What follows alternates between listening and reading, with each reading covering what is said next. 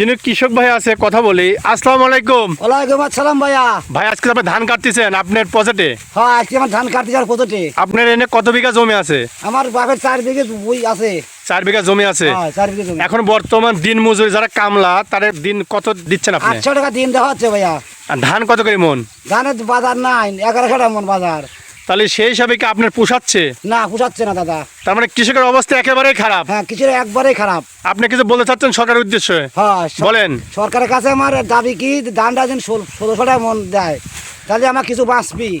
কমপক্ষে 1600 টাকা যদি মন ধান হয় হ্যাঁ। তাহলে হয়তো আপনি বাঁচবেন। আমরা বাঁচবো। প্রিয় দর্শক শ্রোতা, আপনি শুনতে পাচ্ছেন যে কৃষকের কিন্তু একেবারে খারাপ অবস্থা। বর্তমান যে বাজার যাচ্ছে এই বাজারে কিন্তু কৃষকের একেবারে লস যাচ্ছে, কারণ 800-900 টাকা দিন যদি কামলা নেওয়া হয় আর যদি ধানের দাম 1100 যায় তাহলে আপনি বুঝতে পারছেন যে প্রায় 1 মণ ধান একজন দিন মজুর নিয়ে চলে যাচ্ছে, ধান কামলা নিয়ে চলে যাচ্ছে, তাই না? হ্যাঁ। আমি চাচ্ছি সরকার কাছে আবেদন করতেছি, সরকার যাতে ধানের দামটা বাড়া দেয়।